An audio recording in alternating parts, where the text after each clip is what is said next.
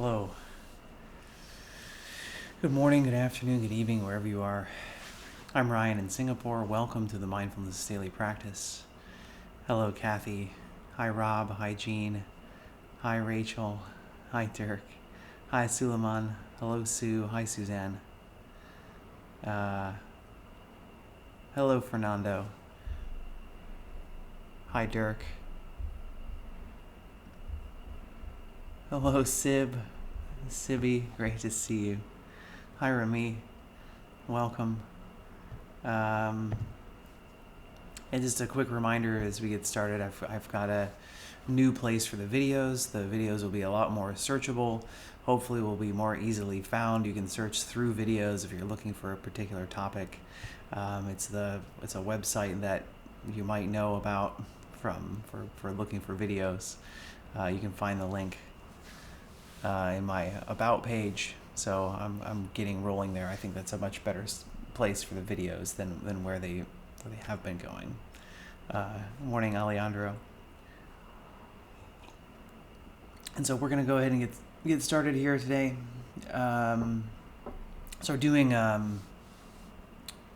new series.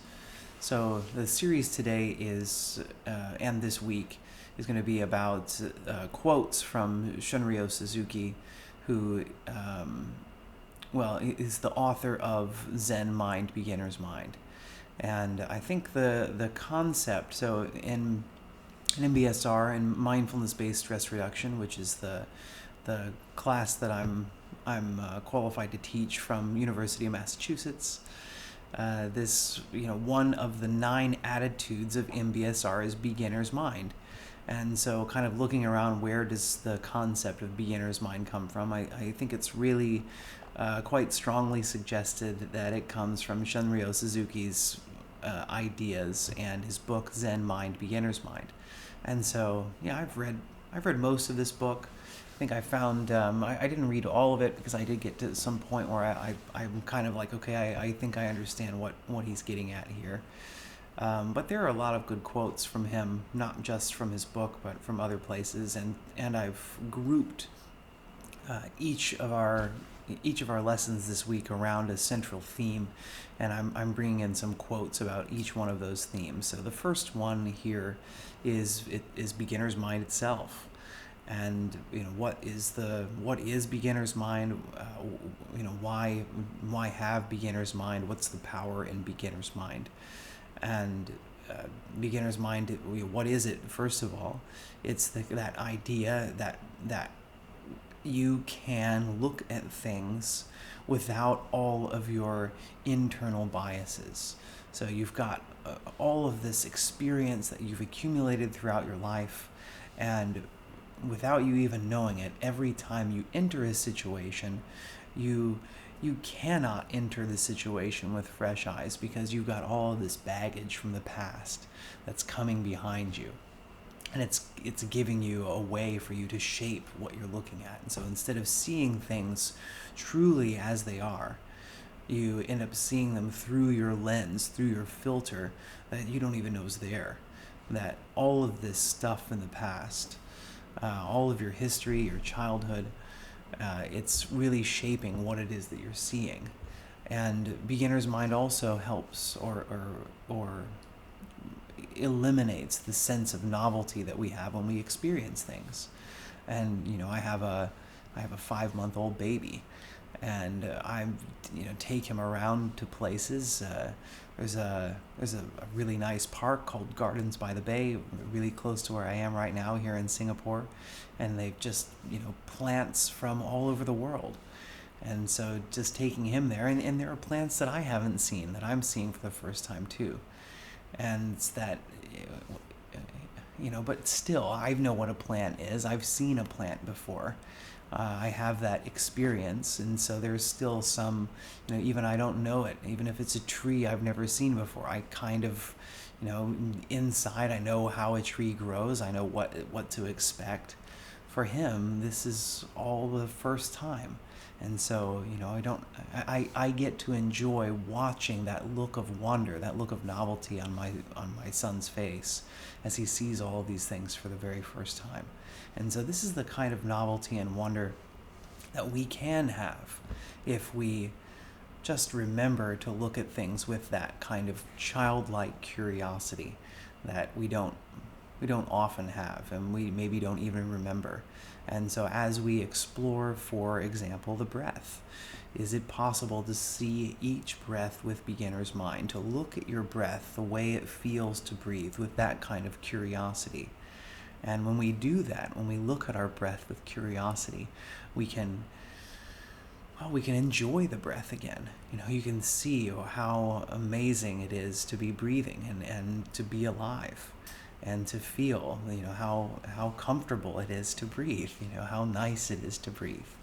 And I've shared some stories before about, when I first started practicing, a few important people in my life passed away shortly after, or in fact, just before I started practicing mindfulness. And when I first started practicing, kind of reflecting back on those last breaths that they had, and it really was quite impactful for me. And I really did kind of learn to appreciate my breath in a new way. And so this is kind of the very beginning piece about beginner's mind. And so just I want to walk through just a couple little quotes. Thank you, Jean, for directing. As you know, from Insight Timer Policy, I cannot share I'm not allowed to promote anything outside of Insight Timer.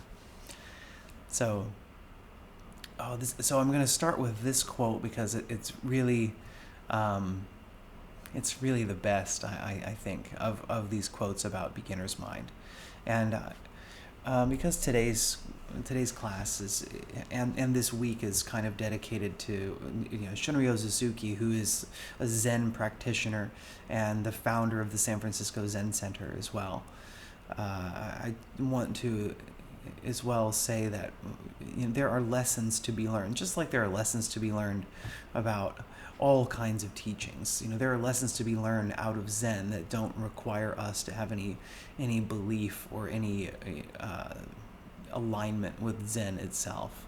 So no worries as far as that's concerned.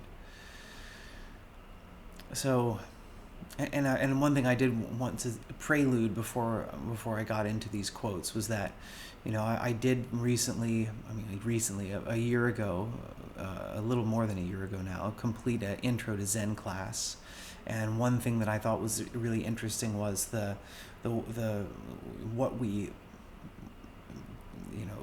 mantra going through the mind as we breathe. And so it is, and when you breathe in, and we won't do this today, but it's clear mind, clear mind, clear mind as we breathe in, and then as we breathe out, don't know. And it's always that exhale that resonates with me. Clear mind, clear mind, clear mind feels like to me we're filling the mind with these words so that we don't get lost in thought, which I don't think is the purpose of mindfulness practice. But that exhale, don't know, that acknowledgement, that accepting that I don't know, and that there's so many things that I don't know, and the things that I think I do know, maybe I also don't know those as well. So the first quote is, "If your mind is empty, it is always ready for anything. It is open to everything. In the beginner's mind, there are many possibilities, but in the expert's mind, there are few." So, if your mind is empty, it's always ready for anything. It is open to everything. In the beginner's mind, there are many possibilities, but in the expert's mind, there are few. And I have two more quotes from Shunryu Suzuki that I'll go through today. The next one is, "The goal of practice is always to keep our beginner's mind." The goal of practice is always to keep our beginner's mind.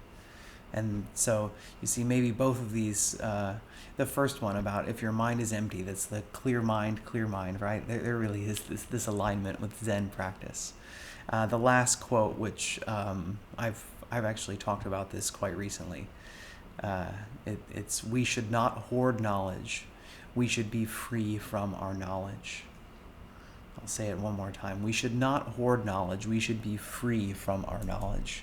Because our knowledge is one of these things that clouds us and stops us from having a beginner's mind. So, when you encounter people in your life, this is another thing that I always like to bring up when talking about beginner's mind. When somebody walks in the room, especially that person that you've known for many, many years, maybe your whole life, who is it that you see entering the room? Do you see that person for who they are today, or do you see them for all of the baggage, all of the memories, all of the prejudging that you have about them, that you expect? Oh, I bet she's here to say, etc., etc. Or I bet he feels like, etc., etc., right? So we already have some predisposition about what's going to happen when we see those familiar people. So is it possible for us to free ourselves from our knowledge and to see everything as if it were the very first time?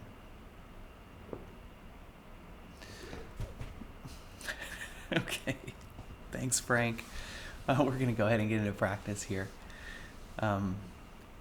Thanks, Rachel, for sharing. For me, it was this one was my grandfather. Yeah, it was really bizarre that moment. All right, let's get into our practice today, shall we? So, would encourage you just to watch the breath from the beginner's mind perspective. No need to, today's practice isn't about anything going through the mind. So no need to use this clear mind, don't know. But of course, it's if you want, I'm not going to. You won't lose any points today for using that. But find that really, as we do our practice, just watching the breath is enough. We don't need to add anything or subtract anything from it. That the breath all by itself is enough for us. This breath is enough. So let's go ahead and get into our practice. Sit comfortably, however you'd like to sit. Would encourage you to bring your back away from your backrest so that you can sit up straight from your own effort to help aid in alertness. So the goal of our posture is to be fully awake yet fully relaxed, to be alert but not stiff. So can you sit in a way that you can be awake but relaxed? So see if the lower back can be relaxed. This, of course, can be accomplished by having the knees slightly lower than the hips. So this can help us to sit more comfortably.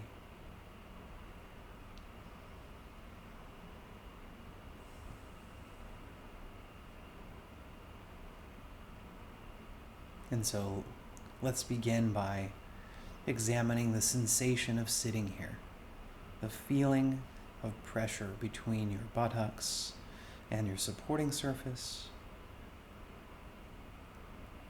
Noticing what else is touching your supporting surface. Maybe it's your legs. Maybe your feet are flat against the floor.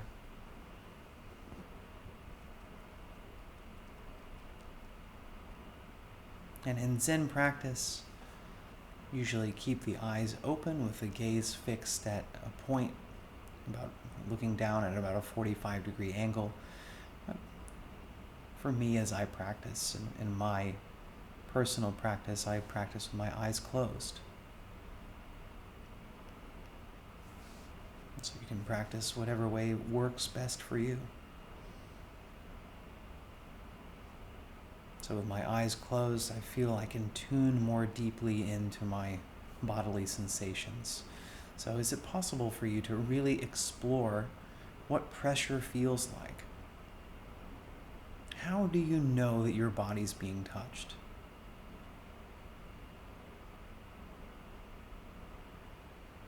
We do take for granted all the time how the sense of touch works.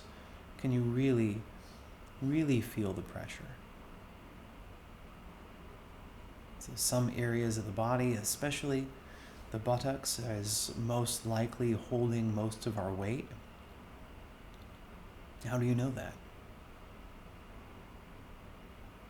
How does your body communicate to you where pressure is greater and pressure is tapering off?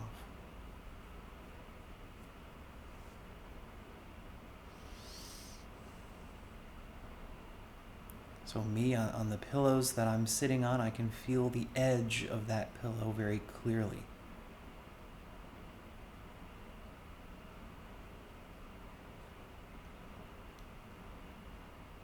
So I can notice where I'm not being touched. And then I realize that even where I think I'm not being touched, I still am being touched by my clothing. Just that the same amount of pressure isn't there. So is it possible to tune in to the texture of your clothing touching your skin?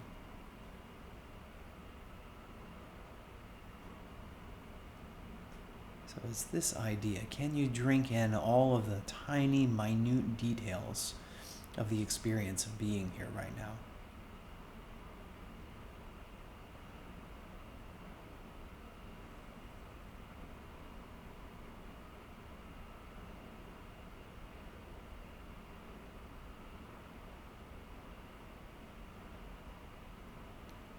And where do you feel the pressure? Is it on your skin? Is it on the surface of the skin? Is it deeper inside the skin? Is it in the muscle tissue? And how deeply does this feeling of pressure penetrate the body?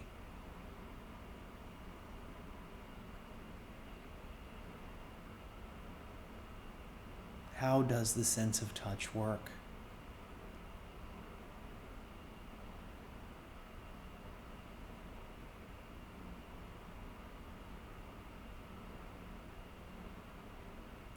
And so now let's take this fine-toothed comb, this high-resolution awareness that we're building by observing the body sitting, and gently move that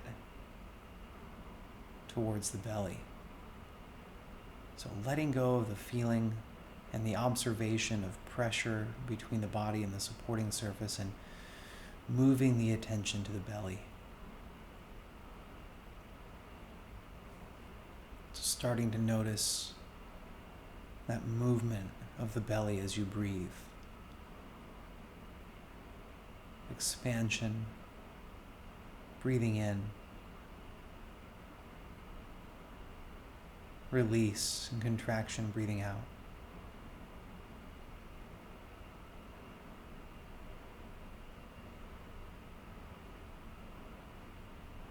So just watching, just observing.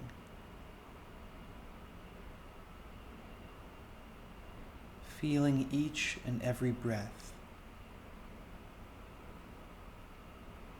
as if it were the very first time that you noticed that you're breathing.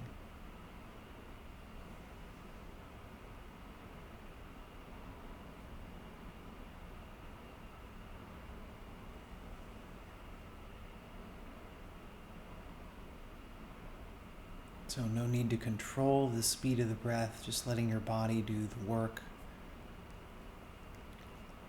Letting your body being the one that's breathing, and you are simply the observer. You're watching.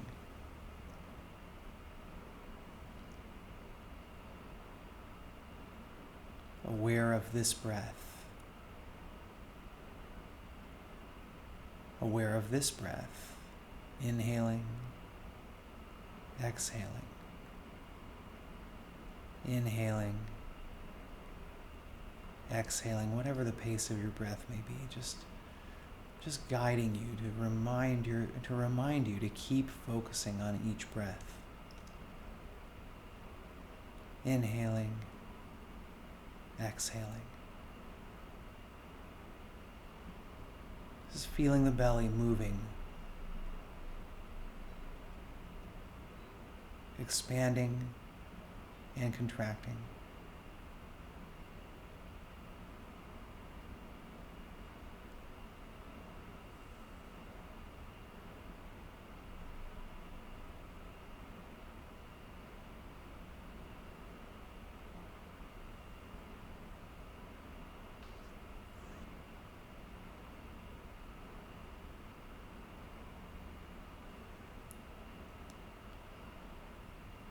And seeing if you can be fully present, never taking for granted that another breath is coming, being completely here with this breath.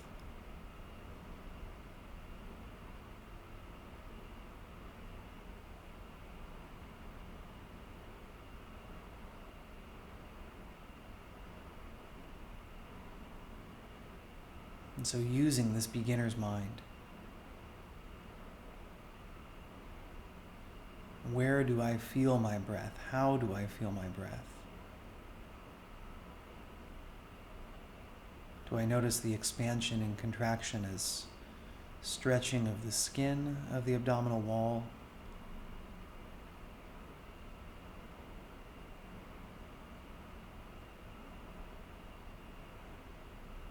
Do I notice it in the tissue in the belly?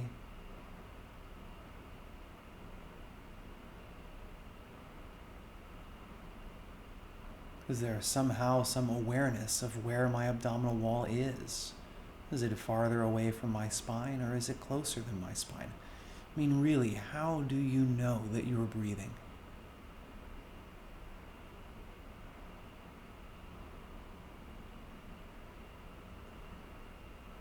Maybe I can feel my clothing gently brushing against the skin.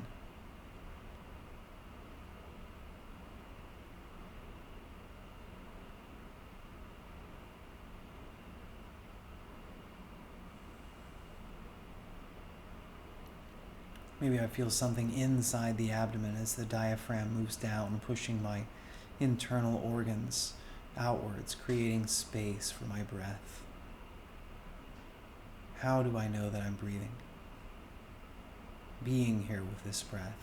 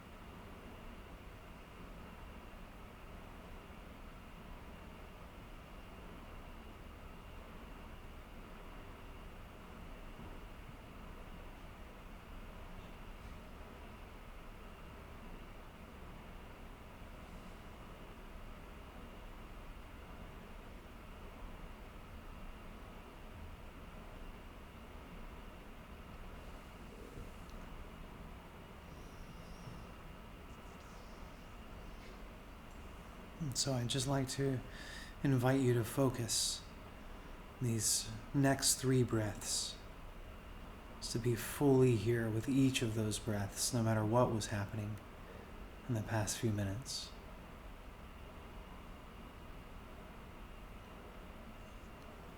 And now I'll draw our practice to its close with 3 rings of the bell. After the last sound of the bell subsides, feel free to start by wiggling your fingers and toes as we transition out of our period of practice.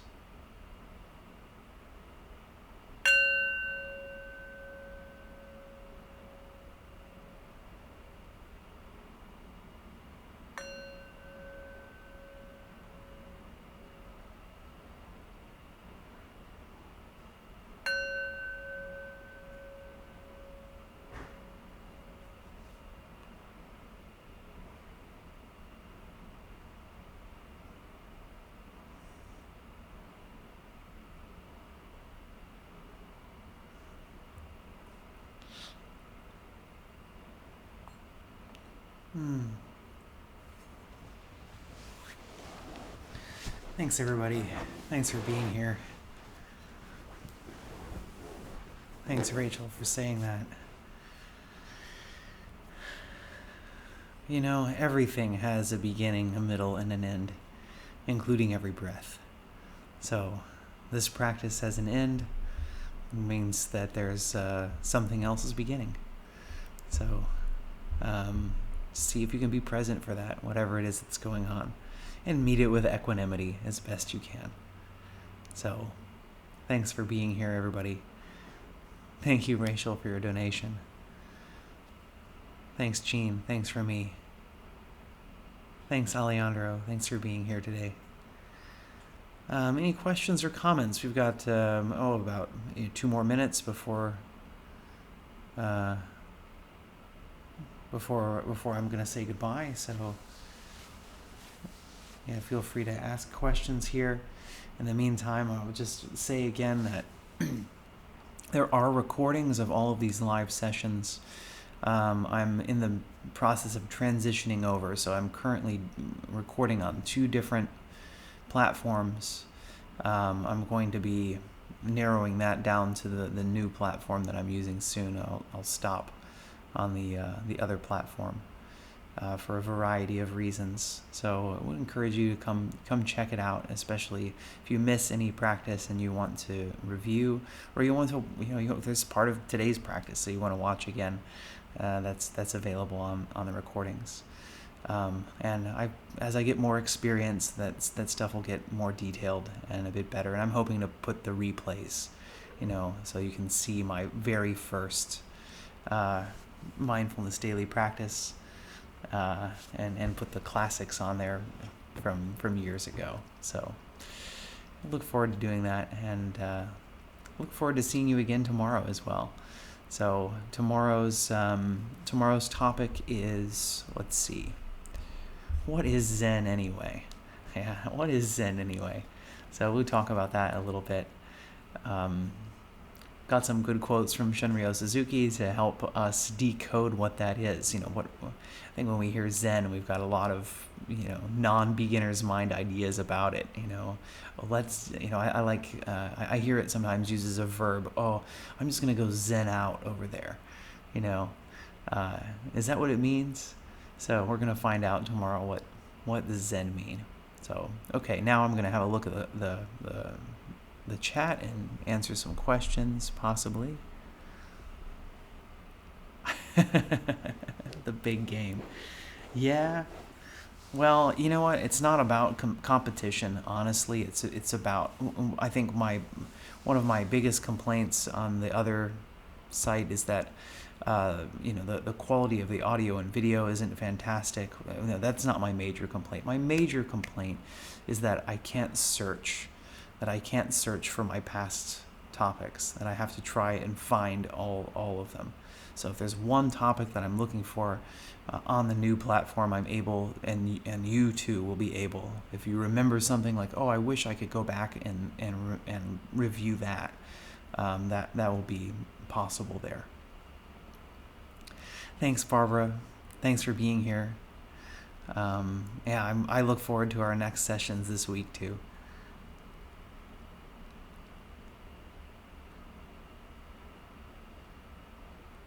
Okay, yeah, thanks, Marta, for your advice. This is my, yeah, this is my my third, but yeah, it's really interesting, right, to see our kids grow up, and it's really special. Yes, thanks, Rachel, for the feedback. The reason my background noise is more minimal is, you see this little black thing here is I've got my external mic up and running, and that makes the audio quality a lot better. All right, everybody. Let's close our practice with some well wishes, first to ourselves and then out to everyone around us, and especially let's include everybody here on this live session today.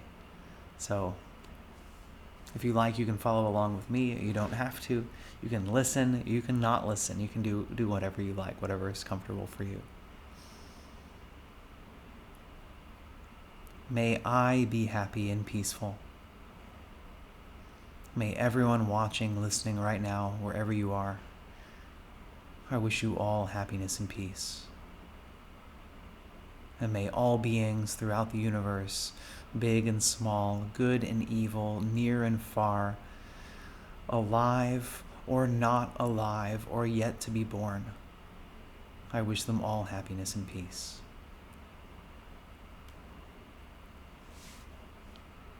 Thank you for joining today, and I'll see you tomorrow. Bye.